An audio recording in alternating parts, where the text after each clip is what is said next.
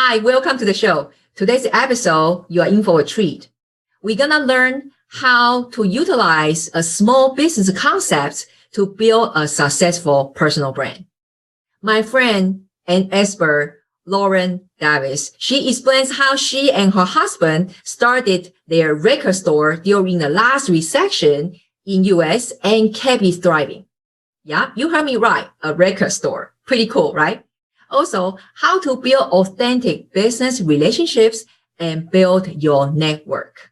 Why Lauren says that the marketing industry is shifting away from automation and back again to authentic connections. And I cannot agree more. And so much more. I cannot wait to share with you. But before we go to the main content, I would like to introduce Lauren to you. I met Lauren in person, I think twice, in London at Entrepreneur Summit, which is hosted by Chris Ducker. And the first time we did not plan anything, we did not know each other much. We just kind of know that each other, we are fellow attendees, and I happened speaking on the stage that year. We have a great conversation over coffee, and through years, we became friends. Lawrence, she lives near Chicago and works with entrepreneurs all over the world to overcome their personal branding discontent so that they can focus on sales, exposure, and leadership. She also has received U.S. Senate recognition for her passionate dedication to helping businesses succeed. And her work, like articles and media assets, have been featured all over the place, and including also some influencers podcasts such as Mike Kim and many, many more.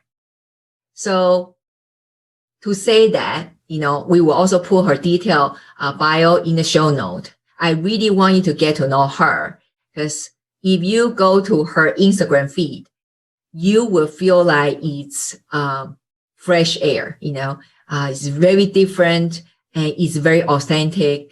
And the engagement is awesome. And personally, I'm also part of her Facebook group. That's probably one of the best Facebook groups I've been part of, because it's just how she share and adding value to business. It's fantastic.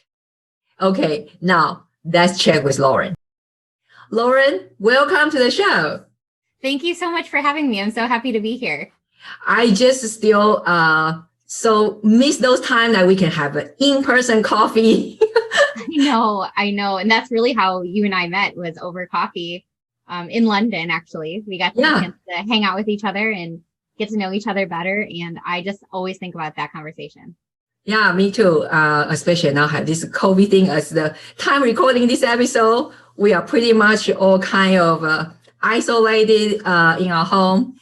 Anyway, Lauren, so in the introduction, I already tell my audience and later viewers in the YouTube channel that how awesome you are.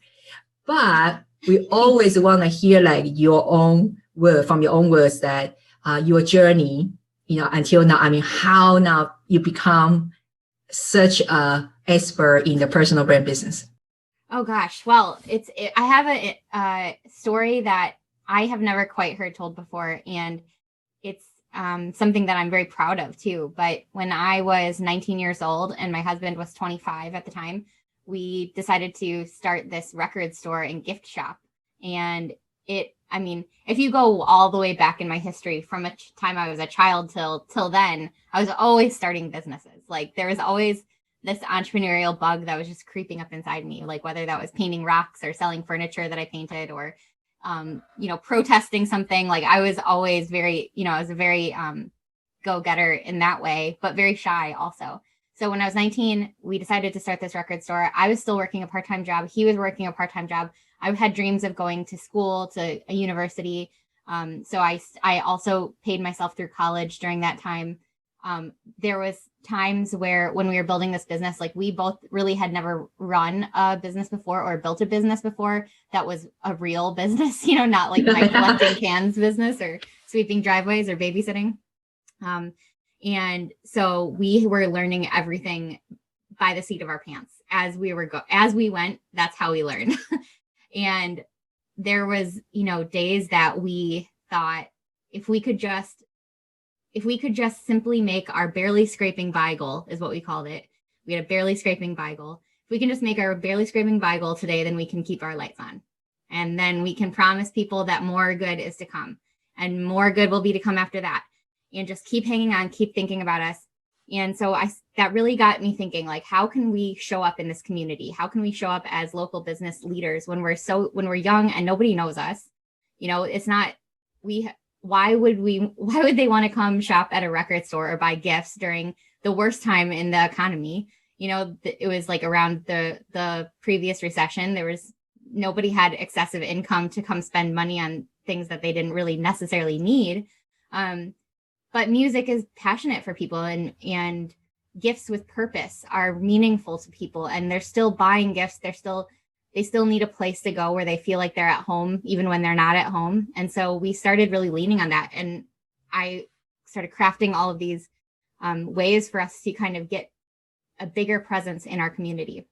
So reaching out to community leaders, getting involved in different volunteer ways, getting involved in our community, and really building our personal brands through leadership in our community, and putting us on every social media platform at the time, which was YouTube and Twitter and MySpace. Of course, we were all on MySpace. And what happened was, all of a sudden, businesses started coming out of the woodwork. Like, how are you getting all of these people to this record store and gift boutique? How are you bringing all these people in? How are you guys getting national and regional news to come do stories about you?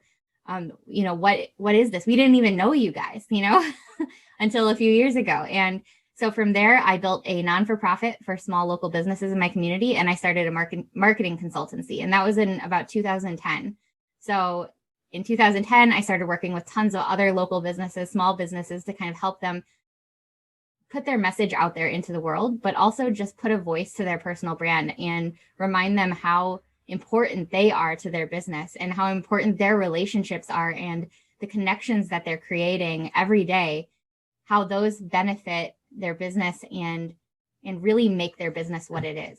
And from there, I started traveling more and learning more, because I was able to go back to college, but it wasn't necessarily the biggest degree that I wanted. And from that point, I was like, I'm going to just put my effort that I would have put into school into learning more, traveling more, learning from as many entrepreneurs as possible.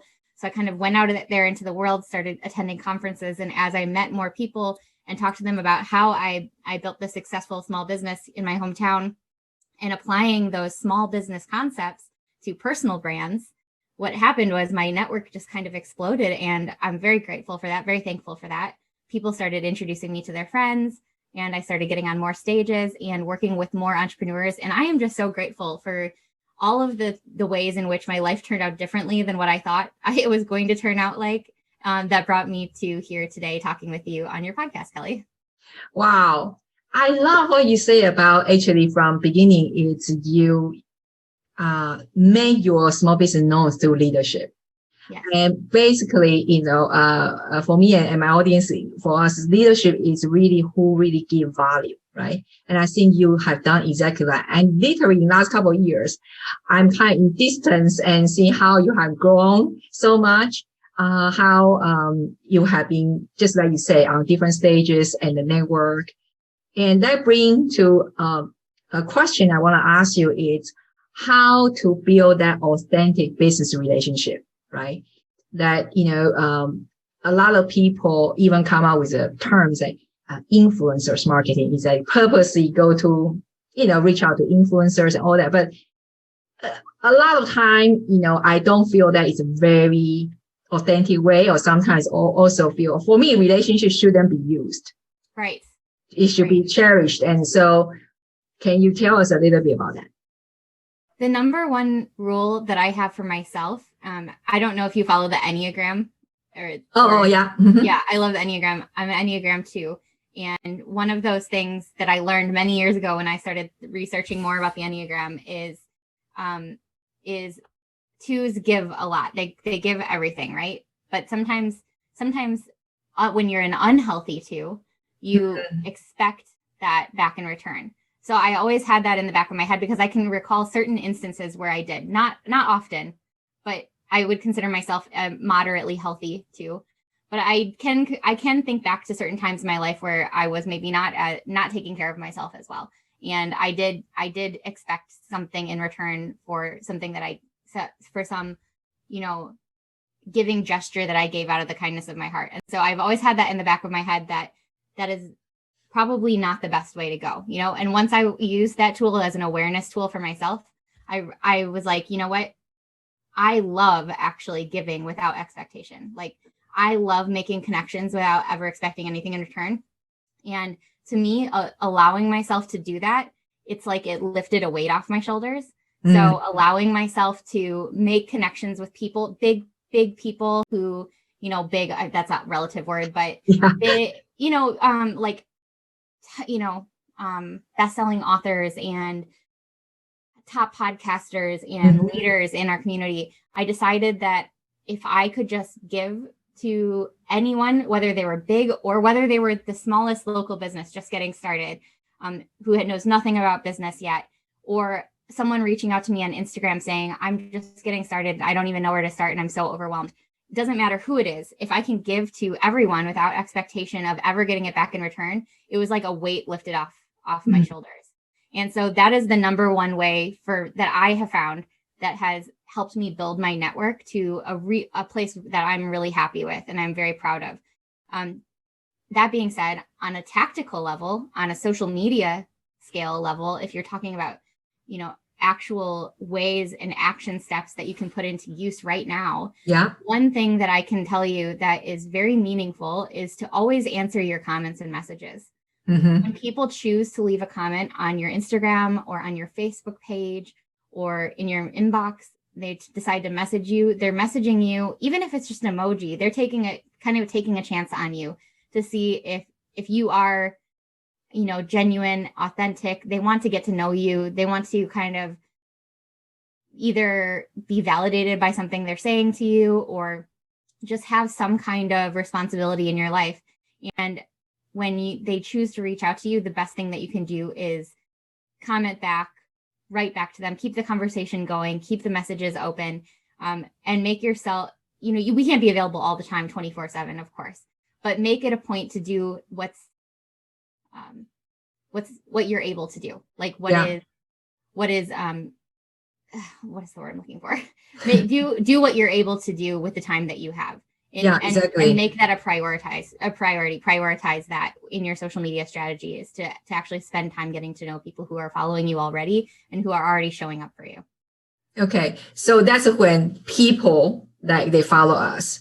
How about when you say earlier about if it's somebody that's a influencer leaders that you admire and then they're ahead of you in your journey? Sure. And how do we then give without expectation, but we are able to reach out? A couple examples for me, I think that I can think of is just for one example in particular, one of my closest friends now, Mike Kim, he and I met because I took a few photos while I was attending one of his sessions once at a conference, and I sent them to him on Instagram. That's it. Like that's what happened. And now we text each other almost every day. That was the beginning of a friendship for me that has opened many doors for me, and he's become an influential mentor to me in so many ways. But that conversation started because I sent him a few pictures when I enjoyed one of his sessions, and I was just like, hey, I have my camera with me. Might as well send a few pictures. You and I got together at the tail end of a conference in London. You had just spoken on stage, but that wasn't why I met with you. It was more like we kind of reached out, connected on Facebook, and I was like, hey, I think, this will be a great conversation. I didn't really expect it to be such a life-giving conversation that it was. And for you and I to become friends after that wasn't the expected outcome. But I thought, hey, if this person is interested in connecting with me and I'm interested in connecting with her, let's get together and see what we can talk about. It wasn't like a business conversation where you and I had an agenda and we were like, let's work together afterwards. Nothing like that. It was just two genuine people getting together for a conversation. And I think sometimes we forget that the people that are 2 or 3 steps ahead of us, they're just people. They're not they're having the same imposter syndrome that we are having in different areas of their life. They're consulting their mentors. They're talking to their coaches. So everyone is just another person. And what do we as people really want? We want to be validated. We want to be heard. We want people to genuinely connect with us. We want to get to know interesting people. I don't know one person who doesn't want to know an interesting person. Yeah, exactly. So that I think there's no magic potion or magic, equation to making it happen, except for that you have to find your identity and believe in yourself and give without expectation of ever receiving in return. I love that. I knew the answer, but I have to ask that on behalf of my audience. It's like same thing happened to me. Like people often ask, how did you get those important people on your podcast or conversation? I thought that is a good question because almost none of them is I'm like intentionally go to ask. Yeah, there are a couple of them because I really think that their knowledge will be really great, beneficial to my audience. So, I will reach out. But other than that, just like you, sometimes I'm, maybe in the conference and or send a picture and all that. I figure out a way that, because everybody's busy. So like in Instagram, if somebody, the new people, let's say they like my post or a couple posts or they commented, and I would take time. I just raise on my phone and I just record audio message. So say, thank you so much for liking my post today. It's Kelly greeting you from Switzerland. It's very cold today here. How about yours? And maybe I mention a sentence about, hey, I saw that you are the XYZ, whatever the tagline in their profile. And I saw you done so well, especially you're hosting the Clubhouse room as well, right? You mentioned that. And I think really just while the world is a lot about automation, but in the end of the day, human touch is still, you just cannot be that, right? Yeah, that's a great point. You brought up, messaging people after they reach out to you, or I've done that so many times, after a Clubhouse room. Noticed that some people followed me from there and said, hey, thank you so much for coming to our Clubhouse room tonight. Or like, were there any questions that didn't get answered that you want answered in future content or in the future in a Clubhouse room? Like, it's just a great way to get the conversation going and to just recognize people, even if they weren't up on stage or even if they didn't leave a comment, just recognizing people and recognizing that they exist and that we are all humans. It feels better, it feels better than automating everything. Yeah. You can automate everything that you want to automate, but it feels automated. Yeah, so exactly. It's like, that's not, if you can't automate like human relationships and connection. And that's what I want when I'm building a business. There's nothing more fulfilling to me than that. I'm not but I think that is because we, and probably anyone listening to this podcast, are very heart-centered entrepreneurs and value-centered entrepreneurs. And so, but I really do believe that the whole world is coming back to that place. Like, yeah, there was an upswing where everything, everyone wanted to automate everything. And now we're realizing after this last year, how important it is to really stay in touch with real people, because when you are forced with the challenge of not being able to connect with other people, then suddenly you realize who is important to you and where they are. Yeah, exactly. So this is a great point to transit to the next question. It's, what would you say is an impactful personal brand, and how we get to there? Because personal brand is such a topic. It seems like after Clubhouse appear, it's even more. Everybody talking about personal brand. But when I hop into different rooms, sometimes when I heard those conversations, it really made my heart sink. Because a lot of time when they talk about personal brand, it's all about, how do I say this politely? It's all about me center. Then let's just say this way, right? Yeah. So tell us about your thoughts. So I believe that everyone has a personal brand. So like whether that is the mechanic down the street working on your car and they have Joe's auto mechanic shop, Joe is the personal brand in that shop. Or whether you are an author and you're speaking on stages and you've built a software company, even though the software company is your business and that is what is building, bringing in money, the company is getting recognition through your personal brand and who you are. So the former president of the United States, he had a personal brand. It does. Well, yes. I'm just like, I guess it's like personal brand does not mean you're using it for good, And so for me, what it means to have a personal brand is it's to really be aligned with who you are and who you're authentically showing up as inside your business for the benefit of what you're building. Mm-hmm. So for me, like the best way to build a personal brand is to be completely aligned with who you are as a person, and to have confidence in who you are as a person, to trust yourself. Like if I could go back in time and give advice to a smaller me, I would say, trust that you know what you're doing, because a lot of times we say like, okay, so this person is building a personal brand and they have a mastermind or they have a coaching program. And then this person is building a personal brand and they only do VIP days. And this person is building a personal brand and they are starting a brick and mortar business. Like you can get yourself caught up in how to build the perfect personal brand and be a great influencer and, be a thought leader, and you have to write a book. You have to create a framework. You don't have to do any of those things. You have to show up as yourself and lean into what is actually creating the business that you love.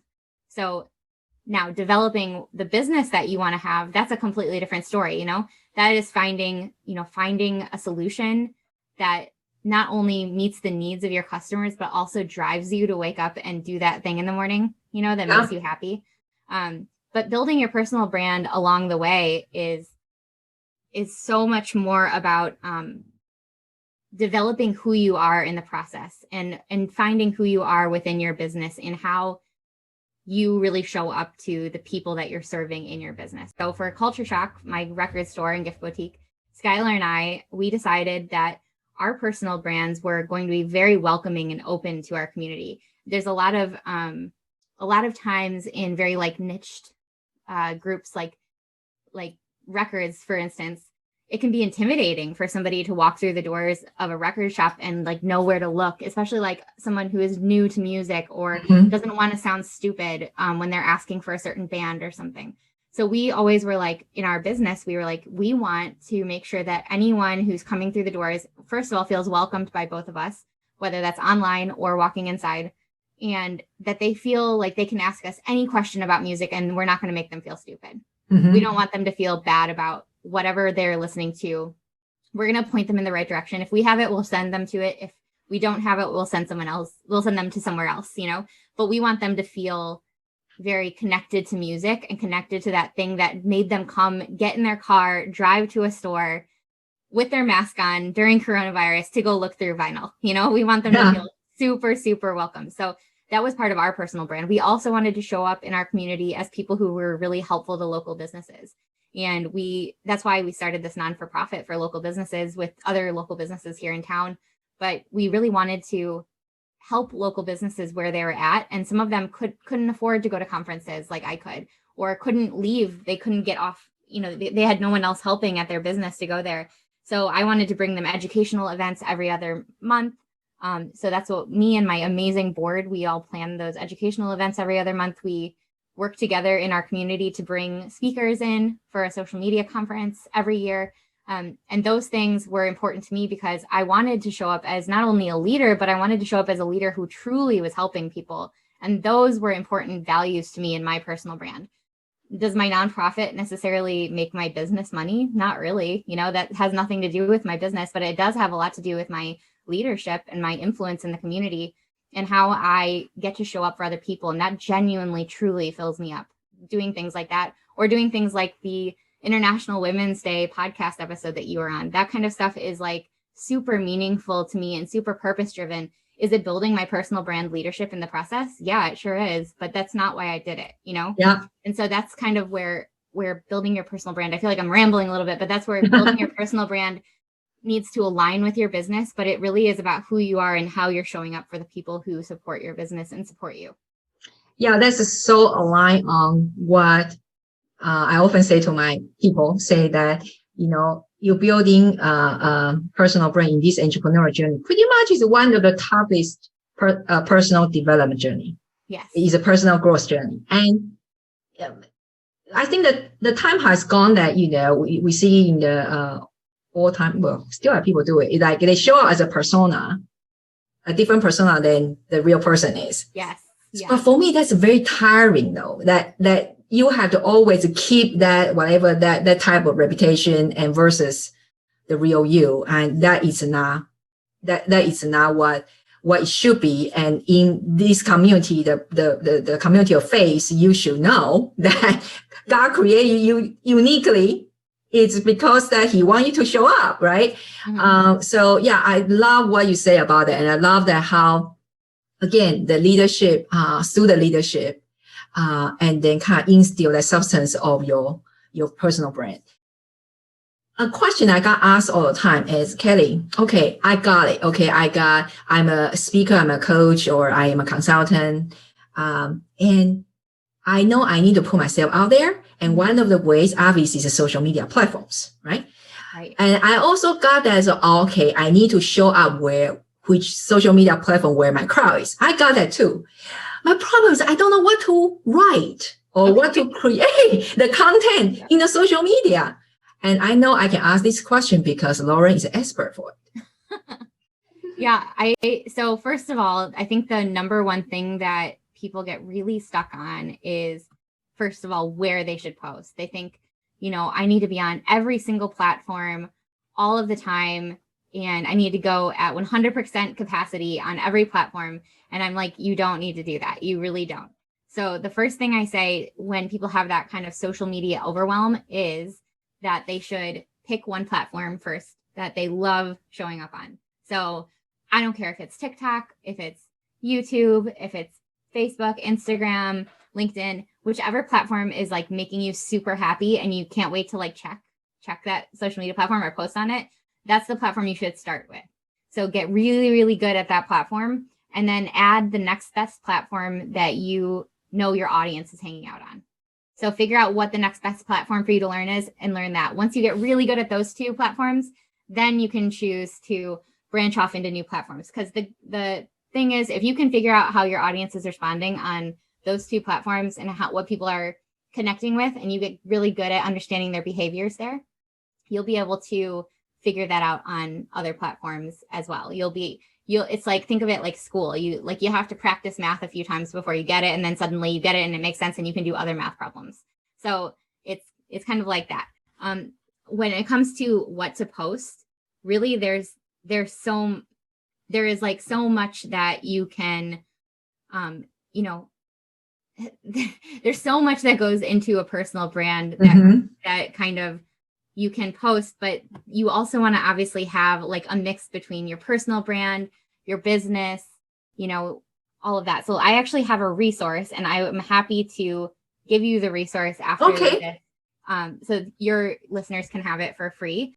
But the first thing that I want you to do is to be consistent and really get to know your audience, because if you really get to know your audience, then you can kind of backwards engineer. Okay, now I know what my audience wants. Now I can think about, what are they Googling? What are they searching for? Because when you can figure out that kind of stuff, then you know exactly what to post. Engagement is so important. So obviously connecting with people like we talked about at the beginning of this interview, but then also ask yourself, who do I want to show up as? So if you are saying to yourself, my goal is to be a speaker, I want to be speaking so much more, then make sure that in the first 6 photos, when people have that flash second of making an impression and they're checking out your page, make sure that in those first 6 photos, there's a picture of you speaking. Because if you're not speaking in one of the first 6 photos, when someone is making that flash first impression of you, you might not show up as a speaker inside their brain, right? Inside their head. So make sure that you're doing that. Then there's also all of these ideas about, basically like if educational ideas. So if you know how to teach something, you can teach something on social media. You can also talk about what you do and why you do it. You can talk about how you help people, what kind of tools you use to succeed. You can also talk about inspirational or story-driven ideas. So, we all see those inspirational quotes that are kind of out there and we're like, I don't want to just post quotes all day, right? Like you see quotes and memes all over the place. Well, let me tell you some of the quotes that do work and some of the quotes that don't work. The quotes that don't work are quotes that people think, oh, well, let me look up entrepreneurship quotes, and they post them out there. The quotes that do work are the ones that are on brand, first of all, so they make sense to you and who you serve. But secondly, they are things that people self-identify with. So that means they cannot scroll past that quote without sharing it to their story or without commenting that they agree or without commenting, oh my gosh, I feel so seen, or this is so me. Those types of quotes or those types of memes or text graphics or screenshots of tweets, those are the ones that work because people say, I cannot scroll past this without sharing this because it is so me. So think about that, self-identification. You can also do behind the scenes stuff. Behind the scenes stuff works really well. So if you're tying in some of that personal stuff when building your personal brand to your business, you can give people a little look behind the curtain. Everyone wants to know what it's like in the day of the life of Kelly. They want to know what it takes to be successful and what it takes to be, to go up on stage, to speak to people, to have a podcast, like, did you have jitters before you were getting up on stage? If someone was able to kind of capture that moment where you were like, you know what, I'm just going to go out there and do that. And I'm going to lean into it. If someone was able to capture that for you before you go out on stage, that's going to be a huge deal to their audience because they get ownership over kind of your journey. They get to kind of feel your journey with you. And that's really special to your audience. Team and collaboration ideas. So anytime you can involve who works with you, who you're connecting with, any mentors or inspirations that have created success for you, anytime that you can highlight somebody else where it encourages not only that person to feel proud of themselves, but they might also end up sharing it with their audience. Yeah. Those things are very impactful as well. And then self-improvement and proud content ideas. So anytime you're working on yourself and trying to better yourself as an entrepreneur, those are great times to post about how you're bettering yourself. And, whenever I go to a conference, I always, not only do I post about the conference while I'm there, post about who I'm chatting with, give some behind the scenes details, but even in my email away message, I don't just say I'm out of the office for a week. I say I'm out of the office because I'm traveling to San Diego, to the social media marketing world, where I'm going to get to work with some of today's top podcasters, shooting some content for them behind the scenes for their social media. If you want to follow me along on my journey, you can follow me on Instagram. Here's my Instagram. I'm so excited to teach you everything I learned when I get back. If you have anything important for me, please know that I'll be answering emails when I get back after this date. So I use every opportunity to kind of help people find ownership in my journey through entrepreneurship. And those types of ideas. I mean, I could go on and on with ideas. Yeah, obviously, I think we can go another 3 hours. She will be still here talking. So you know why you must follow her, and you must go to the show notes so you can download the document that she so graciously gave us. Yeah, so, it's got over 100 ideas. Oh my goodness. Okay, so you guys have no more excuse. Don't ask me that question again. What to post? Okay. If next time a question, just go to Laura. I will put her Instagram handle in the show notes, so you guys will go to find her. I really love this. I love what you keep on saying, the ownership journey. And yeah, maybe I know already a lot of people listen to this or watching this say, oh, but Lauren, is that a little bit too show off? Like, or that we have those people that they are a little bit afraid to put themselves out there. So I want you to use maybe one closing sentence to encourage them. Yeah, I mean, well, okay, I'll try to make this one sentence. I put her on the spot. Can you tell? So my thoughts are, people really want to get to know you, and you don't have to give them every single piece of your picture. You don't have to give them you don't have to share what you're not comfortable sharing, But what you should know is that people are following you on Instagram, on Facebook, wherever they're following you at. They're following you because they see some kind of magic inside of you. And you know how there's like those 15 people who always show up to your stories no matter what? Like they're always watching them. They're always checking out your stories. They're always commenting on your photos. And you're like, oh, wow, I wish I could get more than so-and-so to just comment on my stories. Well, you know what? They're commenting on your stories because they actually love you and they think that you're magic. Like there's something about you that is magic to them. So if you can write out a Venn diagram, figure out what's magic to them, why they keep showing up, and figure out what might be magic to the people who are your intended audience. Somewhere in the middle there, that's where your content sweet spot is. And you don't have to bear all, but definitely push yourself to give a little bit to the people who are there because they want you to succeed and they want to highlight your magic and really enhance who you are on social media. Here we go. That is a perfect wrap for this episode, guys. So I run on sentence. We will surely put Lawrence everything, all the goodies in the show note. And Lawrence, thank you so much again for coming on the show. Just verbally tell us that where people can find you. They can find me on Instagram at ldaviscreative.